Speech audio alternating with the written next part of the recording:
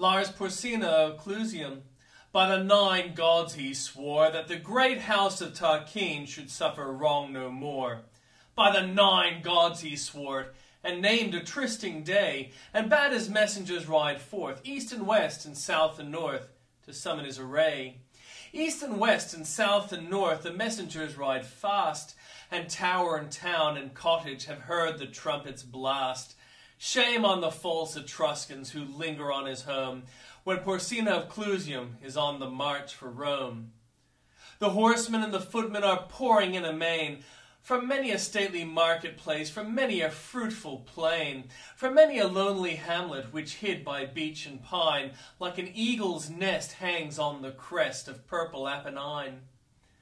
From lordly Volterrae, where scowls the far-formed hold piled by the hands of giants, for godlike kings of old, from sea-girt Pupulonia, whose sentinels descry Sardinia's snowy mountain-tops fringe the southern sky. From the proud mart of Passay, queen of the western waves, where ride Massilia's triremes heavy with fair-haired slaves, from where sweet Clanis wanders through corn and vines and flowers, from where Cortona lifts to heaven her diadem of towers. Tall are the oaks whose acorns drop in dark of Alcior's rill. Fat are the stags that champ the boughs of the Cimian hill. Beyond all streams Clitumnus is to herdsmen dear. Best of all pools the fowler loves, the great Volsinian mare. But now no stroke of woodman is heard by Alzur's rill. No hunter tracks the stag's green path up Ciminian hill. Unwatched along Clitumnus grazes the milk-white steer. Unharmed the waterfowl may dip in the Volsinian mare. The harvests of Arretium this year old men shall reap. This year young boys in Umbro shall plunge the struggling sheep. And in the vats of Luna this year shall foam round the white feet of laughing girls whose sires have marched to Rome. There be 30 chosen prophets, the wisest of the land, who always by Lars Porsena both morn and evening stand. Evening and morn the 30 have turned the verses o'er, traced from the right on linen white by mighty seers of yore. And with one voice the 30 have their glad answer given. Go forth, Lars Porsena. Go forth, beloved of heaven. Go and return in glory to Clusium's royal dome, and hang around Nursia's altars the golden shields of Rome. And now hath every city sent up her tale of men. The foot are 80,000, the horse are thousands 10. Before the gates of Sutrium is met the great array. A proud man was Lars Porsena upon the trysting day. For all the Etruscan armies were ranged beneath his eye, and many a banished Roman and many a stout ally, and with a mighty following to join the muster came the Tusculan Maximilis, prince of Latian name. But by the yellow Tiber was tumult and affright. From all the spacious Champaign to Rome men took their flight. A mile around the city the throng stopped up the ways. A fearful sight it was to see through 2 long nights and days. For aged folk on crutches, and women great with child, and mothers sobbing over babes that clung to them and smiled, and sick men borne in litters high on the necks of slaves, and troops of sunburned husbandmen with reaping hooks and staves, and droves of mules and asses laden with skins of wine, and endless flocks of goats and sheep, and endless herds of kine, an endless train of wagons that creaked beneath the weight of corn sacks and household goods choked every roaring gate. Now from the Rark Tarpeian could the wan burgher spy the line of blazing villages red in the midnight sky. The fathers of the city, they sat all night and day. For every hour some horsemen come with tidings of dismay. To eastward and to westward have spread the Tuscan bands. Nor house, nor fence, nor dovecote in Crustumerium stands. Verbenna down to Ostia hath wasted all the plain. Astur hath stormed Janiculum, and stout guards are slain. I wis in all the Senate there was no heart so bold, But sore it ached and fast it beat when that ill news was told. Forthwith up rose the consul, up rose the fathers all. In haste they girded up their gowns and hied them to the wall. They held a council standing before the river gate. Short time was there, ye may well guess, for musing or debate. Out spake the consul roundly, the bridge must straight go down, for since Janiculum is lost, naught else can save the town. Just then a scout came flying, all wild with haste and fear. To arms, Sir Consul! Lars Porsena is here. On the low hills to westward, the consul fixed his eye, and saw the swarthy storm of dust rise fast along the sky. And nearer, fast and nearer, doth the red whirlwind come, and louder still, and still more loud, from underneath that rolling cloud is heard the trumpet's war note proud, the trampling and the hum. And plainly and more plainly now through the gloom appears, far to the left and far to the right, in broken gleams of dark blue light, the long array of helmets bright, the long array of spears. And plainly and more plainly above that glimmering line, now might ye see the banners of 12 fair cities shine, but the banner of proud Clusium was highest of them all, the terror of the Umbrian, the terror of the Gaul. And plainly and more plainly now mighty the burghers know, by port and vest, by horse and crest, each warlike Lucumo. There Cilnius of Arretium on his fleet roan was seen, and Astor of the fourfold shield, girt with brand none else may wield, Tolymnius with belt of gold, and dark Verbenna from the hold, by reedy Thrasimene. Fast by royal standard, overlooking all the war, Lars Porsena of Clusium sat in his ivory car. By the right wheel rode Mamilius, prince of the Latian name, and by the left full Sextus, that wrought the deed of shame. But when the face of Sextus was seen among the foes, a yell that rent the firmament from all the town arose. On the housetops was no woman, but spat towards him and hissed, no child but screamed out curses, and shook its little fist. But the consul's brow was sad, and the consul's speech was low, and darkly looked he at the wall, and darkly at the foe. Their van will be upon us before the bridge goes down, and if they once may win the bridge, what hope to save the town? Then outspake brave Horatius, the captain of the gate, to every man upon this earth death cometh soon or late, and how can man die better than facing fearful odds, for ashes of his fathers and the temples of his gods? For the tender mother who dandled him to the rest, and for the wife who nurses his baby at her breast, and for the holy maidens who feed the eternal flame, to save them from false Sextus that wrought the deed of shame? Hold down the bridge, Sir Consul, with all the speed ye may. I, with 2 more to help me, will hold the foe in play. In yon straight path 1,000 may well be stopped by 3. Now who will stand on either hand and keep the bridge with me? Then outspake spurious Lartius, a Ramnian proud was he. Lo, I'll stand at the right hand and keep the bridge with thee. And outspake strong Herminius, of Titian blood was he. I will abide on thy left side and keep the bridge with thee. Horatius, quoth the consul, as thou sayest, so let it be.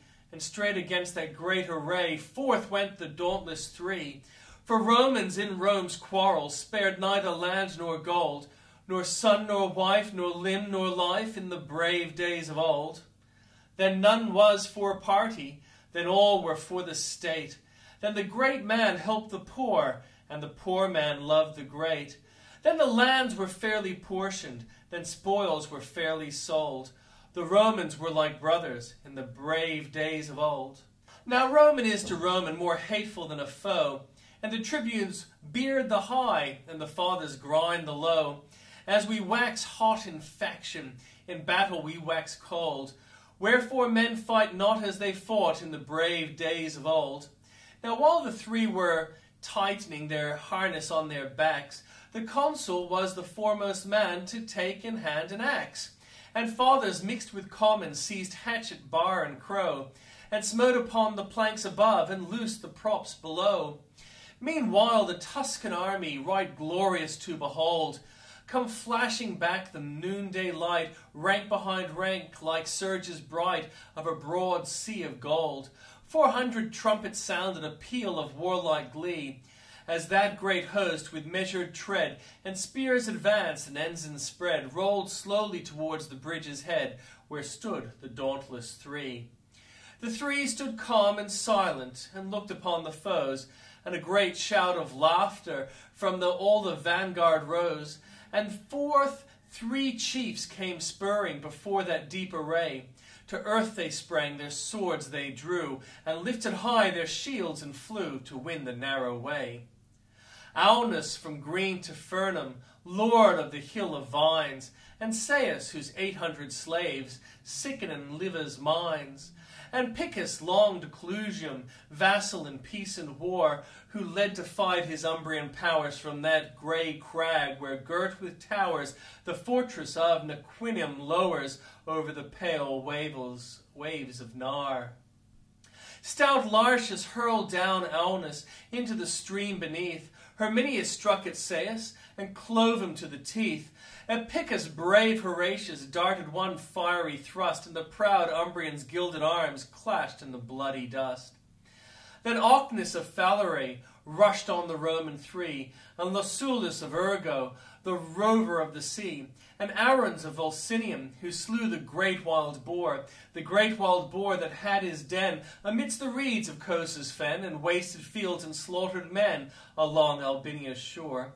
Herminius smote down Aruns, Lartius laid Ocnus low, right to the heart of Lucullus Horatius sent a blow. Lie there, he cried, fell pirate, no more aghast and pale. From Ostia's walls the crowd shall mark the track of thy destroying bark. No more Campania's hinds shall fly to wooden caverns when they spy thy thrice accursed sail. But now no sound of laughter was heard among the foes. A wild and wrathful clamour from all the vanguard rose. 6 spears linked from the entrance halted that deep array, and for a space no man came forth to win the narrow way. But hark, the cry is astir, and lo, the ranks divide, and the great Lord of Luna comes with his stately stride. Upon his ample shoulders clangs loud the fourfold shield, and in his hand he shakes the brand which none but he can wield. He smiled on those bold Romans, a smile serene and high. He eyed the flinching Tuscans, and scorn was in his eye. Quoth he, the she-wolf's litter stands savagely at bay, but will ye dare to follow if Astur clears the way? Then whirling up his broadsword with both hands to the height, he rushed against Horatius, and smote with all his might. With shield and blade Horatius right deftly turned the blow. The blow, though turned, came yet too nigh. It missed his helm, but gashed his thigh. The Tuscans raised a joyful cry to see the red blood flow. He reeled, and on Herminius he leaned one breathing space. Then like a wild cat, mad with wounds, sprang right at Astur's face. Through teeth and skull and helmet so fierce a thrust he sped. The good sword stood a hand's breadth out behind the Tuscan's head. And the great Lord of Luna fell at that deadly stroke, as falls on Mount Alvernus a thunder-smitten oak. Far o'er the crashing forest the giant arms lie spread, and the pale augurs, muttering low, gaze on the blasted head. On Astur's throat Horatius right firmly pressed his heel, and thrice and 4 times tugged amain ere he wrenched out the steel. And see, he cried, the welcome, fair guest that waits you here. What noble Lucomo comes next to taste our Roman cheer? But at this haughty challenge a sullen murmur ran, mingled of wrath and shame and dread, along that glittering van. There lacked not men of prowess, nor men of lordly race, for all Etruria's noblest were round the fatal place. But Etruria's noblest felt their hearts sink to see on the earth the bloody corpses, in the path the dauntless 3, and from the ghastly entrance where those bold Romans stood, all shrank like boys who, unaware, ranging the woods to start a hare, come to the mouth of the dark lair, where growling low a fierce old bear lies amidst bones and blood. Was none who would be foremost to lead such dire attack, but those behind cried forward, and those before cried back, and backward now and forward wavers the deep array, and on the tossing sea of steel to and fro the standards reel, and the victorious trumpet peal dies fitfully away. Yet one man for one moment strode out before the crowd. Well known was he to all the three, and they gave him greetings loud. Now welcome, welcome, Sextus, now welcome to thy home. What dost thou stay and turn away? Here lies the road to Rome.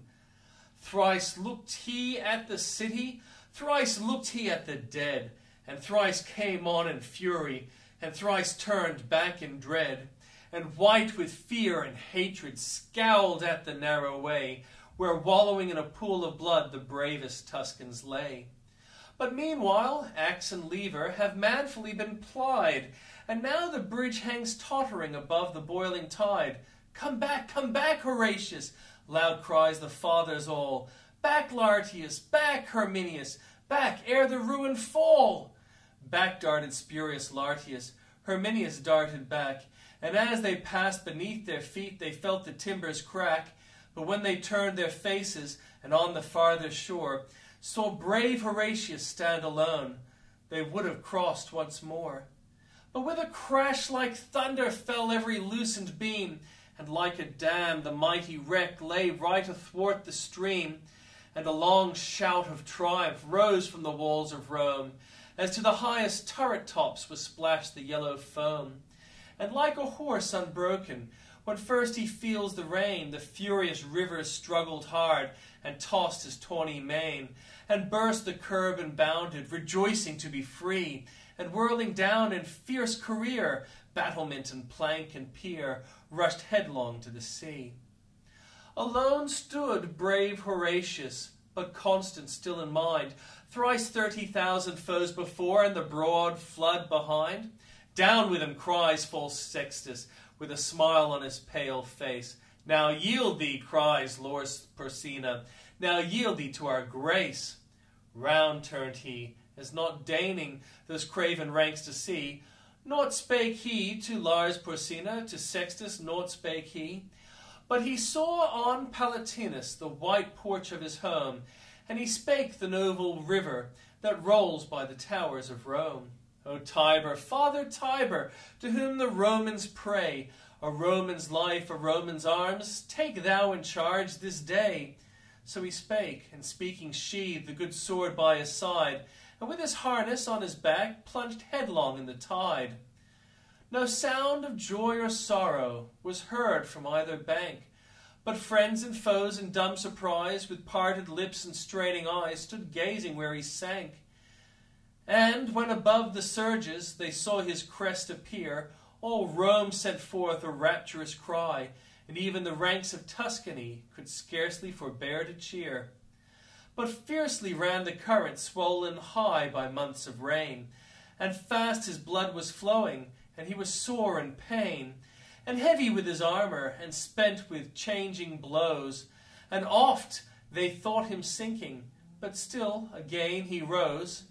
Never, I ween, did swimmer, in such an evil case, struggle through such a raging flood, safe to the landing place. But his limbs were borne up bravely by the brave heart within, and our good Father Tiber bare bravely up his chin. Curse on him, quoth false Sextus, will not the villain drown? But for this day, ere close of day, we should have sacked the town. Heaven help him, quoth Lars Porsena, and bring him safe to shore, for such a gallant feat of arms was never seen before. And now he feels the bottom, now on dry earth he stands, now round him throng the fathers to press his gory hands, and now with shouts and clapping and noise of weeping loud, he enters through the river gate, borne by the joyous crowd. They gave him of the corn land that was of public right, as much as 2 strong oxen could plough from morn till night, and they made a molten image, and set it up on high, and there it stands unto this day, to witness if I lie. It stands in Cornicium, plain for all folk to see, Horatius in his harness, halting upon one knee, and underneath is written in letters all of gold, how valiantly he kept the bridge in the brave days of old. And still his name sounds stirring unto the men of Rome, as the trumpet blast that cries to them to charge the Vulcanian home. And wives still pray to Juno for boys with hearts as bold as his who kept the bridge so well in the brave days of old. And in the nights of winter, when the cold north wind blows, and the long howling of the wolves is heard amidst the snow, when round the lonely cottage roars loud the tempest din, and the good logs of Aldes roar louder yet within, when the oldest cask is opened and the largest lamp is lit, when the chestnuts glow in embers and the kids turn on the spit, when young and old encircle around the firebrands close, when the girls are weaving baskets and the lads are shaping bows, when the goodman mends his armour and trims his helmet's plume, when the goodwife's shuttles merrily go flashing through the loom, with weeping and with laughter, still is the story told, how well Horatius kept the bridge in the brave days of old.